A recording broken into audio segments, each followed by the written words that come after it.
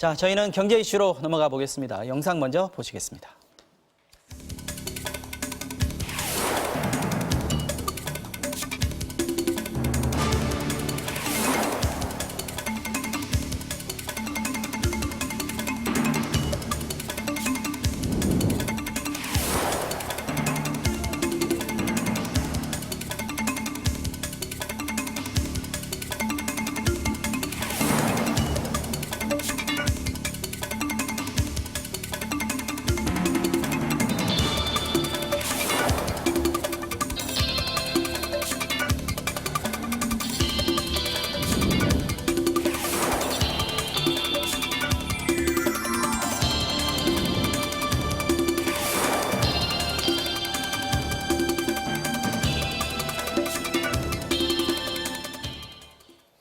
네, 지난 10월 28일 검찰이 타다 영업을 불법으로 결론 내리고 이재용, 박재욱 대표를 재판에 넘겼습니다. 그 사이에 타다가 과연 새로운 가치를 창출하는 혁신의 선구자냐 아니면 기존 택시 시장만 잠식하는 파괴자냐 논쟁이 계속이 됐고요. 이 결론을 사회적 합의로 내지 못하고 결국 사법적 판단으로 끌고 간 데 대한 비판과 자성도 있었습니다. 오늘 첫 재판이 열렸는데 박연미 경제평론가와 함께 타다 논란 다시 한번 되짚어 보겠습니다. 어서 오십시오. 안녕하세요. 네. 자, 오늘 재판 이재용 소카 대표나 박재욱 타다 대표 나왔습니까? 네, 동시에 출석했습니다. 네. 재판이 11시쯤 시작이 됐는데요. 오전에 20분쯤 전에 도착을 해서 취재진들에게 뭐 간단하게 인사하고 이런 과정이 있었는데 네. 구체적인 입장은 재판에서 밝히겠다고 했지만 상대적으로 뭐 여유가 좀 있는 모습으로 그래요? 입장을 했고요. 재판이 끝난 뒤에도 뭐 별다른 이야기는 없이 자신감 있는 표정으로 돌아갔습니다. 그렇군요. 그동안에 사실 많은 논쟁이 벌어졌습니다만 핵심은 이 타다 서비스를 어떻게 규정할 것인가 이거 아니겠습니까? 지금 뭐 검찰은 불법이라고 일단 결론을 냈으니까 재판에 들어간 거고요. 어떻게 네. 타다라는 서비스를 보는 시선이 극명하게 엇갈리는 거예요. 네.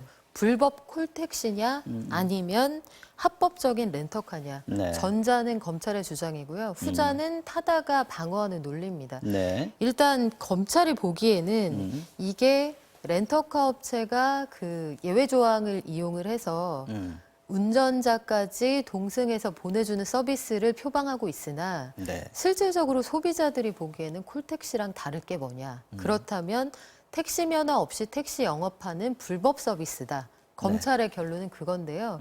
타다의 입장은 물론 뭐 전혀 다릅니다. 네. 검찰이 지난 2월과 6월에 그 택시업계가 이 타다에 대한 고발이 들어오니까 그에 대해서 10월에 이건 불법 서비스다 이렇게 결론을 내리고 네. 법원에 우리가 보기에 이건 불법입니다. 서비스 못하게 해주십시오. 해서 재판이 진행이 되고 있는 그런 상황입니다. 이게 여객 군수법인가요? 그 법 조항을 어떻게 해석하느냐 또는 뭐 이걸 어떻게 이용했느냐 이 논란이었던 거지 않습니까? 그렇죠. 검찰 측은 이제 타다 측이 면허 없이 유료 여객 운송 서비스를 했다. 쉽게 시민의 언어로 바꾸면 돈 받고 렌터카 보냈다 이 얘기거든요. 그런데 렌터카 원래 돈 받고 보내는 거 보내죠. 맞는데 네.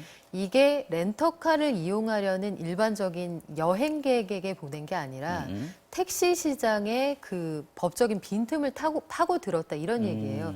여기서 저희가 그래픽으로 정리한 것처럼 네. 사업용 자동차를 돈 받고 남을 태워서는 안 된다고 돼 있는데 예외 조항으로는 직접 운전을 못한다거나 아니면 11인승에서 15인승 사이에 승합차의 경우에는 네. 운전자가 달려갈 수 있다 이렇게 돼 있거든요. 타다 서비스가 그동안 운영됐던 이 법적인 근거는 사실 그 예외 조항의 근거를 두고 있습니다. 자, 법원이 어떻게 판단을 할지 이거 뭐 아직 시간이 좀 많이 걸리지 않겠습니까? 그렇죠. 그런데 그동안에 쭉 영업을 해온 거는 타다가 정부한테 허가를 받았기 때문에 사업 허가를 받았기 때문 아닌가요? 그동안에 벌었던 이득 이런 건 어떻게 됩니까? 그동안에 타다 서비스가 지금 시작이 된 게 작년 10월이에요. 그리고 누적 이용자가 한 145만 명 정도. 굉장히 많았습니다. 인기가 회원으로 많았고요. 가입한 사람이 125만 명. 네. 거기서 일하는 사람이 운전자만 한 9천 명 정도 되니까 고용 창출도 좀 됐는데. 그렇죠. 시장의 규모는 아직까지 뭐 택시에 비할 바는 아닙니다만 상당히 단기간에 커져 있고 네. 여기서 또 한 가지 문제가 국토부나 검찰이나 법원이나 그동안은 약간 관망하는 입장이었단 말이에요. 1년의 시간 동안 딱히 못하게 한다거나 딱히 이게 불법이라고 굉장히 목소리를 높이거나 그러지 않고 우리가 이걸 합법의 영역으로 들어올 수 있게 사이좋게 그 교집합을 만들 수 있는 방안을 찾아보자. 이게 그동안 각 주체의 입장이었거든요.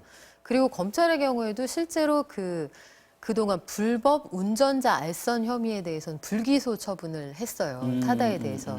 이게 여러 가지 타다의 반박 논리 중에 하나가 됐는데 네. 타다 측 입장을 다시 한번 정리해드리면 이렇습니다.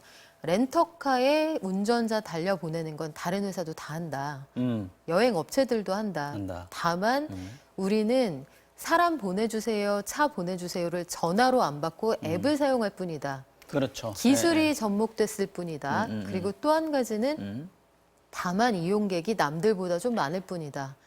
많이 쓴다고 해서 역차별을 받는 건 억울하다.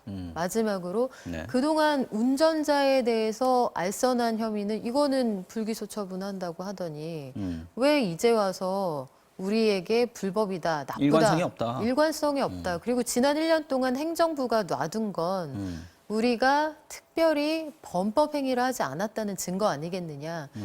혁신한다면서 기술을 접목했다고 벌하는 건 바람직하지 않다. 이게 타다 측의 주장입니다. 어떻게 결론이 나도 업계 이쪽이면 이쪽, 저쪽이면 저쪽 파장이 크겠습니다. 만만치가 않겠죠. 일단 만약에 타다는 영업 못한다 내지는 불법이다 이렇게 결론이 날 경우에는 네. 이게 타다로 대표되는 관련 승차 공유 서비스 업계가 가만히 있지 않을 거고요. 금방 모빌리티 업계들 네. 전체가 문제가 되는 거죠. 당장 오늘 어떤 반응이 나왔냐면 타다와 유사한 서비스를 운영하는 뭐 차차 이런 회사들이 있어요. 이름도 비슷하죠. 이런 회사들이 우리도 고발해봐라. 그러면 나도 무고죄로 맞대응을 하겠다 등등 관련 업계도 들썩들썩하는 상황이고요. 이게 집단 대응을 하는 향상을 띠고 있네요. 그렇죠. 지금 택시 업계는 업계 단위에서 대응을 하고 있잖아요. 하나의 업체를 대상으로. 그런데 승차공유 업계도 모이겠다 이런 양상을 보이고 있고 이게 만약에 싹을 자르겠다 이렇게 될 경우에는 네. 아니 정부가 4차 산업혁명도 하고 기존 그렇죠. 서비스에 기술을 접목시키라고 밀어주겠다고 하면서 얼마나 정작 강조해 왔습니까? 하고 있는 서비스는 못하게 한다는 게 말이 되느냐 뭐 이런 주장도 있고요.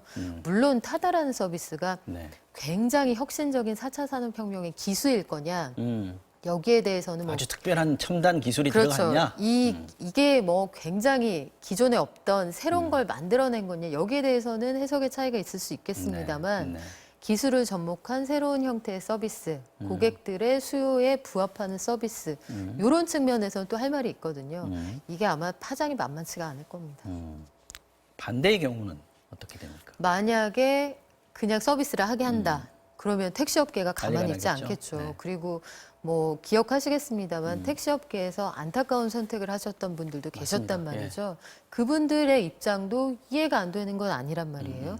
생존권이 걸린 문제라고 보신다면 여기에서 지금 머리띠 메고 광장으로 나가게끔 하는 저 동인이 분명히 있을 거라고요. 그런데 우리가 여러 가지 그 사회적 시계를 돌리는 아주 중요한 이벤트가 내년에 기다리고 있습니다. 총선이라는 그렇죠. 대형 정치 이벤트인데 이걸 앞두고 표 계산을 하는 정치권, 지금 관련 입법도 이루어지려고 하는 그런 와중이거든요. 본회의 일정이 차질이 있어서 처리가 될지는 모르겠습니다만 이른바 타다 금지법이라는 게 관련 개정안으로 올라가 있기 때문에 국회에서는 부등호가 택시 업계 쪽으로 좀 기울어 있구나. 여기까지는 감지할 수가 이게 지금 있습니다. 민주당 의원이 발의를 해놓은 상태지 네, 않습니까? 이 여당에서- 내용은 왜 타다가 지금 이거 내용 가지고 떨고 있는 건지. 이 내용을 보면요. 네. 그 타다 하지 말아라 이렇게 써 있진 않은데 그 그렇죠. 더불어민주당의 박홍근 의원이 개정안을 내놨습니다. 역외군수법 개정안. 여기에 네. 보면 일단 렌터카에서 운전자를 알선할 수 있는 요 허용 범위가 굉장히 좁아져요. 관광 목적으로 6시간 이상 빌릴 때만 허용하자. 관광 목적이라는 게 명시돼야 되는 거고 6시간 이상 이용해야 되는 네, 거고. 6시간 이상은 이용해야 관광 목적으로 볼 수 있다. 이런 생각을 깔고 있는 거죠. 그렇다면 지금처럼 뭐 길어야 1시간에서 1시간 반 요 정도 택시처럼 비슷한 시간에 왔다 갔다 하는 이런 서비스는 원천적으로 봉쇄하는 원천적으로 못 한다는 얘기고요. 또 대여나 반납의 장소가 공항이나 항만이어야 한다. 정말로 비행기 타거나 배 타는 사람만 타라 이런 얘기고 직접 운전 못 못하는, 그러니까 심신에 문제가 있는 사람들만 사용할 수 있게 해라. 사실상 이 법안이 통과가 된다고 하면 현재와 같은 타다 서비스는 불가능해지는 없겠네요. 건데 글쎄 이게 다행인지 불행인지 전체적으로 보면 본회의 일정이 차질이 있는 건 네. 전 국민적인 손해잖아요, 사실. 네. 그런데 타다 입장에서는 야당이 시간을 벌어주고 있는 이 상황이 이번 회기 안에 이게 처리될 가능성이 떨어지기 때문에 네. 글쎄 이 상황을 좀 필리버스터가 네. 유지되기를 바라고 있나요? 어떻게 받아들일지 모르겠습니다만 본회의 회기 내 10일 안에 이게 처리될 거냐 이건 불투명하고요. 임시국회에서 처리될 거냐 이건 좀 지켜봐야겠습니다. 알겠습니다. 소비자 입장에서는 어떨까요? 지금 타다 영업이 만약에 중단이 된다면 아까 이용한 사람들이 굉장히 많았지 않습니까? 네. 이분들은 굉장히 어떤 측면에서 물론 불만도 있겠습니다만 꽤 만족하면서 탔단 말이죠. 지금 검찰이 약간 놓치고 있는 부분이 거기가 아닐까 싶어요. 국회도 마찬가지인데 네. 이 서비스가 대체 왜 등장했느냐. 그렇다면 기존 서비스에 대한 어떤 결핍을 느꼈기 때문이거든요. 그리고 실질적으로 타다가 택시보다 이용요금이 비쌉니다. 그 소위 우리가 미터기라고 하는 게 달려있지 않고요. 네. 범위, 요금이 예상되는 레인지만 알려주거든요. 네, 미리 나오죠. 네, 그리고 여러 사람이 이용을 원할 때는 이게 베팅하는 방식이라 1.1배, 1.25배, 2배 이렇게 요금이 올라가는데도 불구하고 경매식이군요. 네. 그럼에도 불구하고 사람들의 재탑승률이 90%를 넘어간다는 건 렌터카이든 콜택시이든 우리가 원하는 수준의 서비스를 제공하는 차가 필요하다. 이게 소비자들의 목소리인데 큰 담론에서 정작 돈 내는 사람들 목소리는 반영되는 통로가 적어서 이게 좀 안타까운 부분입니다. 사실 카카오 택시 같은 경우에는 상생의 방향을 좀 찾았다 이렇게 평가가 되고 있지 않습니까? 이 경우에 지금 법에 맡겨져 버린 건데 이 부분에 대한 비판들이 좀 있습니다. 그렇죠. 사실은 타다 논란뿐만 아니라 혁신 혹은 신기술이 법정에 서는 일은 앞으로도 너무나 많을 거예요. 그런데 검찰이나 법원이 우리 사회에 애정남 역할을 다 해줄 필요는 없거든요. 애정남이라고 과거에 개그 프로그램에서 애매한 걸 정해주는 남자, 그 기억하실 거예요. 그런데 이게 대화와 타협을 통해 정리되지 않고 기존 법의 잣대로 앞으로의 기술을 단죄한다. 이렇게 되면 결국은 우리 사회의 모든 조정 기능이 그쪽으로 몰리기 때문에 네. 글쎄요. 이게 과연 바람직한가 여기에 대해서는 고민해 볼 시점이 아닌가 싶습니다. 알겠습니다. 오늘 말씀 잘 들었습니다. 박연미 경제평론가였습니다. 수고하셨습니다. 고맙습니다.